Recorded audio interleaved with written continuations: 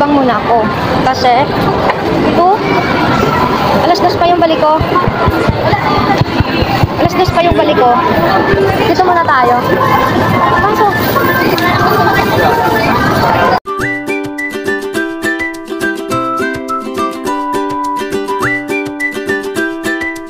Nakita ko na yung rice. So, nakita ko na guys yung rice. Kuya, rice po. Wow! One rice, ayan. First, ay kuya. So, ayan, first rice. Wow!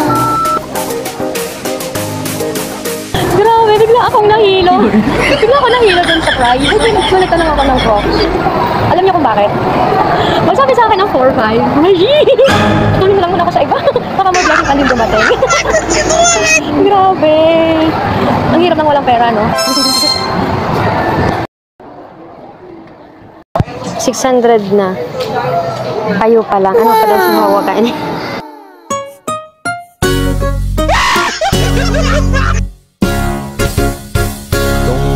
Tong-tong patutong-titong alimango sa dagat.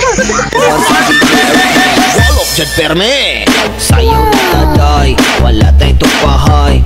Uban ang tagong mix ko, diri maglipay-li. Oh my God. Ayaw na tapre, araw din tamansi, kauban si DJ. So, ayan, medyo nga nahilo ako. Kasi naman ako magay na sapatos. Sinampaling ako kang katotohanan. Ganyan. Sinampaling ako kang realidad. Alam niyo yun. So, andito ako ngayon sa mall. So, ngayon lang ulit ako nakapunta ng mall. Pero, may pera ako sa may pera. Naka-budget kasi yun lang yung pera. Diba? Tapos, ayan. Diba? Puro magaganda. Pero mahal. Dati, hindi nahihirapan bumili. Totally ngayon. May G. Ngayon ko lang nalaman ulit. So, kailangan talaga ng ano. Kailangan kumayod, kailangan kumita ng pera. Yan, para may pambili. Di ba? So, para may pambili tayo, no? Hindi kasi ganun kadali maghanap ng pera. Tapos, pupunta ka ng mall, ganito. Window shopping ka lang kasi wala kang pera.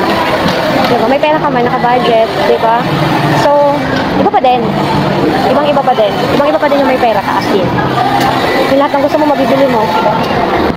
Parang gusto ko ipaulit yung ginawa niya kanina kasi gusto ko talaga techno. Ayan. So talaga naman.